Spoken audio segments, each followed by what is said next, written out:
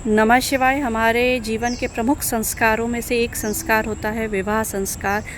और जीवन में अपने सुगमता पूर्वक किसी का साथ रहे और उसके साथ अपना एक परिवार बसाया जाए, ये हर की इच्छा होती है। अपने पुत्र की, अपने पुत्री की ये घर को बसाने का सपना हर माता पिता देखते हैं। एक सुखी वैवाहिक जीवन की कल्पना हर व्यक्ति करता है, लेकिन क्या होता है कि कभी कभी हमारे ग्रहों की दशाएं इतनी ख़राब होती है, कुंडली में ग्रह इतने बुरी स्थितियों में होते हैं जिसकी वजह से हमारे विवाह में बहुत विलंब होता है। तो सबसे पहला विलंब जो होता है उसका मुख्य कारण मंगल होता है। अगर आपका मंगल पहले, चौथे भाव में, सातवें भाव में, आठवें भाव में या 12वें भाव में है, तो मंगल की ये स्थिति आपके विवाह में विलंब लेकर के आती है, बहुत ज़्यादा स्ट्रगल लेकर के आती है। तो मंगल की शांति करना बहुत ज़रूरी होता है एक उत्तम विवाह के लिए। और सेकंड इम्पॉर्टेंट होता है विवाह के लिए बृहस्पति। हमारा बृहस्पति किसी स्त्री की कुंडली में बहुत उच्च का है, बहुत अच्छी स्थिति में है, तो ये माना जाता है कि उसके विवाह में प्रॉब्लम्स नहीं आएगी। अगर उसका 7वां भाव बहुत अच्छा है तो उसके 7वें भाव पर बृहस्पति की दृष्टि है या बृहस्पति जो है उसके 7वें भाव में है, तो हम मान के चलते हैं कि उसका वैवाहिक जीवन बहुत अच्छा होगा। इसी तरीके से अगर किसी पुरुष की कुंडली में शुक्र की स्थिति बहुत मजबूत है तो हम मान के चलते हैं कि उसके विवाह में विलंब नहीं होगा, उसको बहुत अच्छा परिवार, एक अच्छी पत्नी मिल सकती है जिसके साथ वो खुशी खुशी जीवन निकाले। सबसे महत्वपूर्ण बात होती है जब हम विवाह को के लिए देखते हैं तो दूसरा भाव उसका बहुत स्ट्रॉन्ग होना चाहिए। दूसरा भाव धन का कारक होता है और कुटुंब का कारक होता है। तो उस स्त्री को या उस पुरुष को कैसा कुटुंब मिलेगा, कैसा धन की वो रहेगी, वो हम उसके दूसरे भाव से देखते हैं। दूसरा इम्पॉर्टेंट होता है पंचम भाव। पंचम भाव प्रेम का प्रतीक होता है, संतति का प्रतीक होता है। तो अगर 5वां भाव किसी स्त्री का बहुत स्ट्रांग है या पुरुष का स्ट्रांग है तो हम मान के चलते हैं उसके जीवन में प्रेम की कमी नहीं होगी, संतति में कोई भी दिक्कत नहीं आएगी। यहाँ पे क्रूर ग्रह हैं, बहुत बुरी स्थिति है, बुरे ग्रह हैं, तो ये होता है कि प्रेम उस व्यक्ति को जीवन में नहीं मिलता, वैवाहिक सुख में उसके कमी आ जाती है, क्योंकि प्रेम ही किसी भी संबंधों का आधार होता है। अच्छा कुटुंब मिलना, अच्छा प्रेम मिलना, ये दोनों ही बहुत ज़रूरी है। तीसरी इम्पॉर्टेंट चीज़ जो हम देखते हैं वो है 7वां भाव। 7वां भाव जैसा कि मैंने पहले भी कहा विवाह का कारक होता है। ये दिखाता है यहाँ पे बुरे ग्रहों की स्थिति, मंगल की स्थिति, राहु की स्थिति, शनि की स्थिति विवाह में बहुत विलंब लेके आती है, तरह तरह के प्रॉब्लम्स लेके आती है। सूर्य के साथ यहाँ पे राहु है, सूर्य के साथ मंगल है, तो ये सारी बुरी स्थितियाँ जो होती हैं ग्रहों की, ये हमारे वैवाहिक जीवन में बहुत तरीके के कष्ट लेके आती हैं। शनि है तो बहुत विलंब हो सकता है आपके विवाह में। तो ये चीज़ें अगर आपके उसमें है तो आपके विवाह में विलंब होने की चांसेस है। अच्छा, विवाह कब होगा ये चीज़ बहुत कुछ डिपेंड करती है आपकी महादशा अंतर्दशा पे। जब भी आपके बृहस्पति अगर अच्छी स्थिति में है, शुक्र अच्छी स्थिति में, तो बृहस्पति और शुक्र की जब भी महादशा, अंतर्दशा, प्रत्यंतर दशा आती है तो वो समय बहुत हाई चांस होती है कि आपके विवाह के योग बने। गोचर से जब जब बृहस्पति लग्न में आता है या सप्तम में आता है, उसकी उस पर पूर्ण दृष्टि होती है, शुक्र की पूर्ण दृष्टि होती है 7वें में या लग्न में, तो भी बहुत हाई चांस होती है कि उस समय आपका विवाह हो जाए। 5वें भाव में बृहस्पति है या शुक्र है, या 5वें भाव में जब शुक्र बृहस्पति की दृष्टि पड़ रही है शुभ ग्रहों की, तो उस समय भी ये बहुत हाई चांस होती है कि आपके जीवन में प्रेम प्रसंग स्टार्ट हो सकता है। कोई आप कहीं आपकी एंगेजमेंट हो सकती है, प्रेम के फूल आपके जीवन में खिल सकते हैं।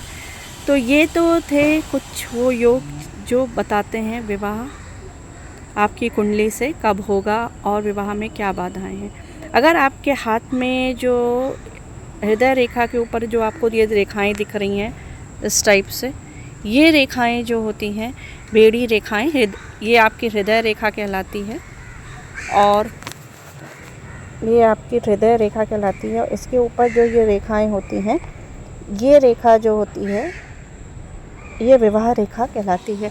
ये रेखाएं बताती हैं कि आपका कहीं पर विवाह तय होके कटा तो नहीं है, बहुत ज़्यादा रेखाएं हैं तो माइट भी आप किसी की ओर अट्रैक्ट हो सकते हैं, माइट भी आपके एक से ज़्यादा अफेयर हो सकते हैं। इसमें जो सबसे लंबी लाइन होती है वो लाइन ये डिनोट करती है कि आपके विवाह को, और बाकी जो हल्की लाइनें होती हैं, छोटी लाइन्स होती हैं, वो डिनोट करती हैं कि आपका माइट भी कहीं अफेयर रहा हो, माइट भी आप किसी की ओर अट्रैक्ट हुए, अपनी बात को उससे कह ना पाए हो, या माइट भी आपका किसी के साथ इंगेजमेंट हुआ हो या आपकी बात चली हो, अगर आप अरेंज मैरिज कर रहे हैं और काफ़ी दूर चलने के बाद वो बात कट गई हो।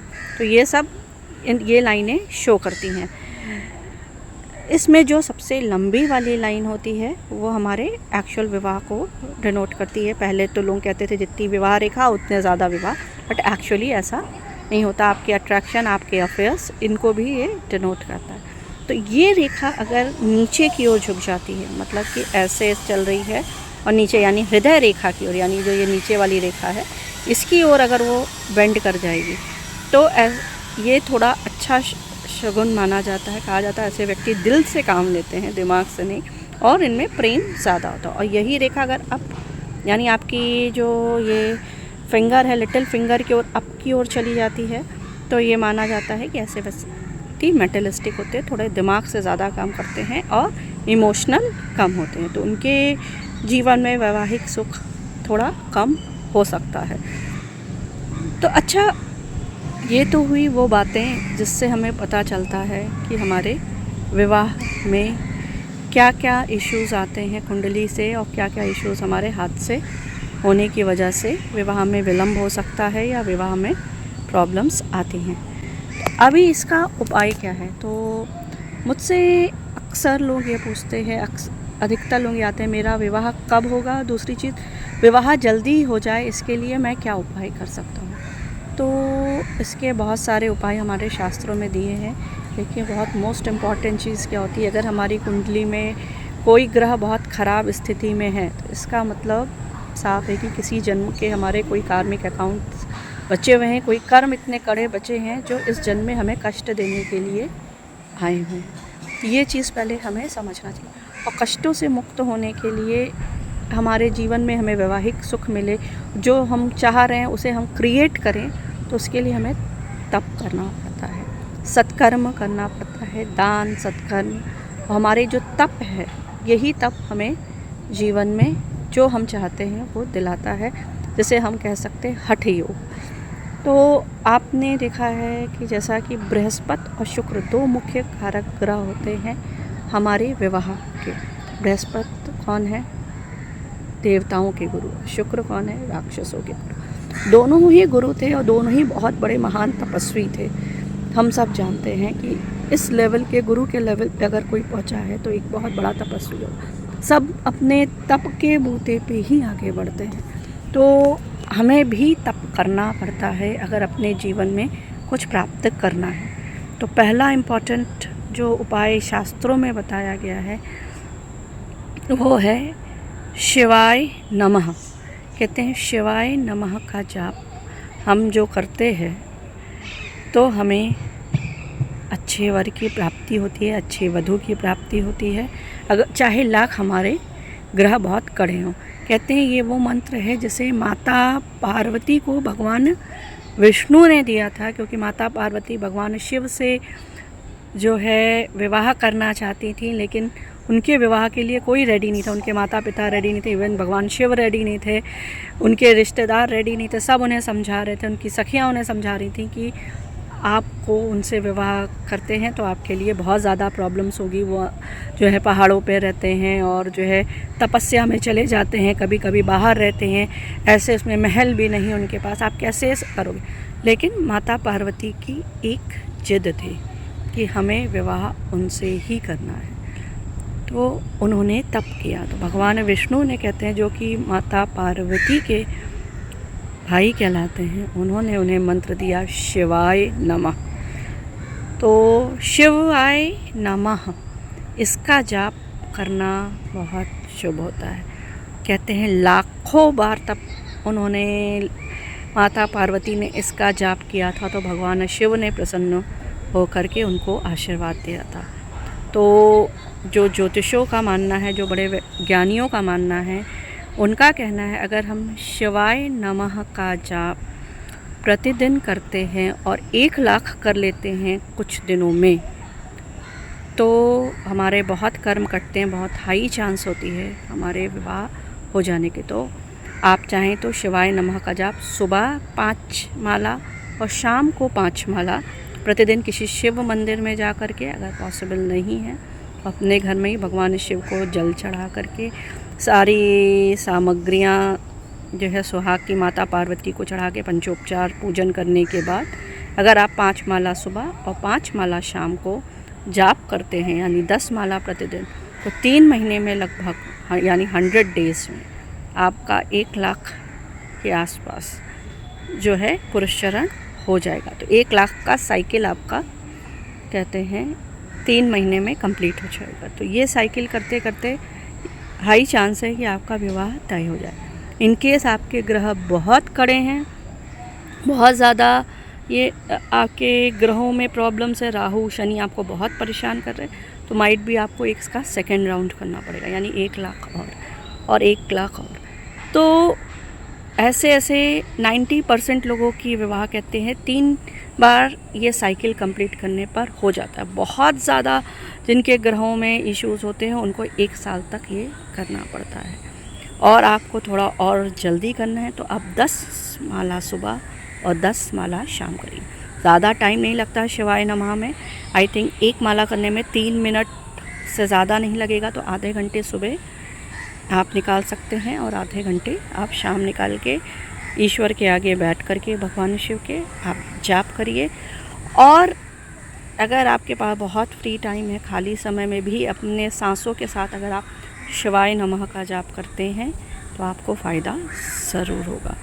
तो ट्राई करके देखिएगा, और अगर आपके जीवन में ये परिवर्तन लेके आता है तो कमेंट करके मुझे ज़रूर बताइएगा। दूसरा प्रमुख उपाय जो माना जाता है, जो ट्राइड एंड टेस्टेड है, जो मैंने अपने जीवन में आजमाया हुआ है, वो उपाय है रामचरितमानस का एक चौपाई होती है।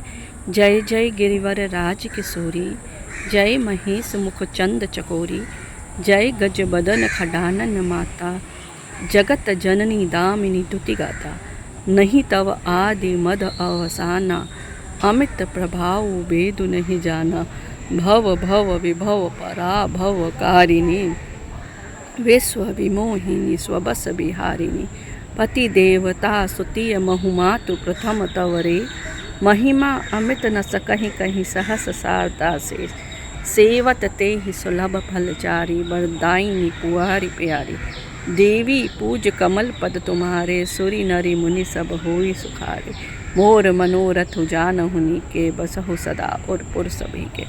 तो कहते हैं माता पार्वती के इस मंत्र का, अगर इस चौपाइयों का जाप आप करते हैं, प्रतिदिन इसका पाठ करते हैं माता के आगे, तो आपको बहुत अच्छा विवाह होता है, आपको आपके मनोनुकूल वर मिलता है। कहते हैं कि माता सीता ने जब रामचंद्र जी को पहली बार देखा था तो उन्होंने मन ही मन उन्हें पति के रूप में स्वीकार कर लिया था, और माता गौरी से जो स्तुति की थी वो इन्हीं चौपाइयों से की थी। और ये इतनी सिद्ध चौपाइयाँ हैं कि कहते हैं पूरी दुर्गा सप्तशती के पढ़ने का जो फल प्राप्त होता है संस्कृत में, वो इन चौपाइयों को पढ़ लेने से हो जाता है। तो आप भी इसका पाठ ज़रूर करिए। मैंने अपने बचपन से ये पाठ किया था और ईश्वर की कृपा से मेरा सब अच्छा है। और ये मुझे एक सिद्ध पंडित ने मेरे दादाजी को बताया था, और मेरे दादाजी ने मुझे रामचरितमानस से ये चौपाई लिख कर दी थी। थर्ड इम्पॉर्टेंट और बहुत ही सिद्ध जो स्तोत्र होता है, जिसके पाठ से बहुत शीघ्र विवाह होता है, ये भी मेरा ट्राइड एंड टेस्टेड है। मेरी कुंडली में मैं आपको बताती हूँ, जिस समय मेरा विवाह हुआ उस समय कुंडली में विवाह का योग नहीं था, लेकिन मेरे माता पिता की बहुत इच्छा थी कि जैसे ही मैंने MCA किया, मैं मास्टर्स हूँ कंप्यूटर साइंस में, कंप्यूटर एप्लीकेशन में, कि तुरंत उसका विवाह होना चाहिए और शादी के बाद ये जा कर के कहीं भी जॉब करे। तो उस कंडीशन में मेरे लिए क्या ऑप्शन था?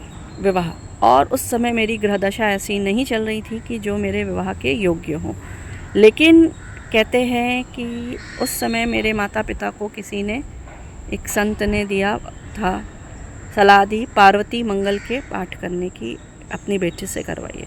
तो पार्वती मंगल का जो पाठ था वो एक तुलसीदास लिखित एक पूरी रचना है, जिसमें कि शिव पार्वती के विवाह के बारे में पूरा डिस्क्रिप्शन दिया गया कि पार्वती का विवाह कैसे हुआ और उसमें कौन कौन से गढ़ आए, कैसे उनके सारे रिचुअल्स हुए। तो उनके ऊपर के रिचुअल्स के पूरे डिस्क्रिप्शन, उसमें पूरे विवाह का सुंदर वर्णन है। उसका जो पाठ करता है उसका विवाह शीघ्र होता है। और यकीन मानिए, इसका पाठ शुरू करने के कुछ ही दिन के अंदर मेरा विवाह तय हो गया। मात्र 3 महीने के अंदर ही मेरी शादी भी हो गई। तो ये तो कुछ से उपाय थे जो सिद्ध, ट्राइड एंड टेस्टेड हैं।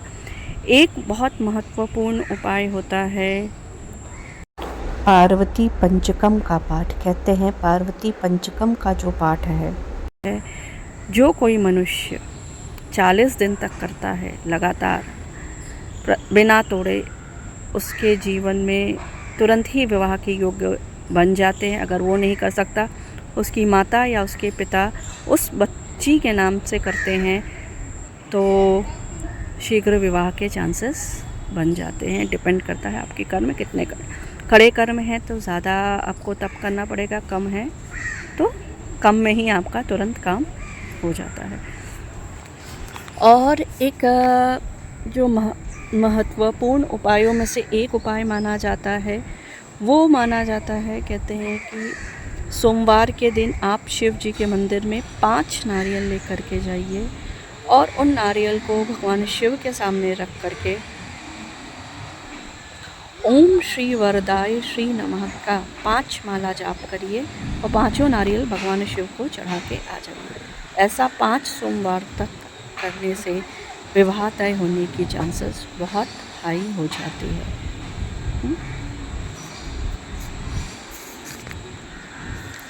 एक महत्वपूर्ण उपाय और है, कहते हैं आपकी विवाह में बहुत ज़्यादा बाधाएं आ रही हैं, बहुत ज़्यादा स्ट्रगल है, शादी कट जा रही है आपकी तय हो करके, तो आपको जो जाप करना चाहिए प्रतिदिन 5 माला सुबह 5 माला शाम, वो है सर्वा बाधा विनिर्मुक्तो धन धान्य सुतान्वितः मनुष्यो मत प्रसादेन भविष्यति न संशय। ये सिद्ध मंत्र है, दुर्गा सप्तशती का मंत्र है।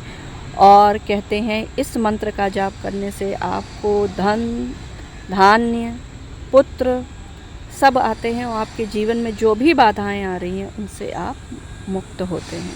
तो सारी बाधाओं से मुक्त करके धन धान्य आपके जीवन में आए, आपको संतति हो, तो इसका जाप अगर आप करते रहते हैं दुर्गा सप्तशती के, तो आपके ये बहुत ऑस्पिशियस होता है, आपके जीवन में सब कुछ आपको प्राप्त होता है। तो आशा करती हूँ कि आपको ये वीडियो ज़रूर पसंद आया होगा। आप इनमें से कोई भी उपाय करें, अगर उपाय करने पे आपको सफलता मिलती है, आपके जीवन में कुछ परिवर्तन आता है, आपका विवाह तय हो जाता है, तो प्लीज़ कमेंट करके ज़रूर बताइएगा। आपकी विवाह रिलेटेड कोई समस्या है तो भी कमेंट करके बताइएगा, मैं उसके समाधान करने की पूरी कोशिश करूँगी। आपका दिन शुभ हो। नमः शिवाय।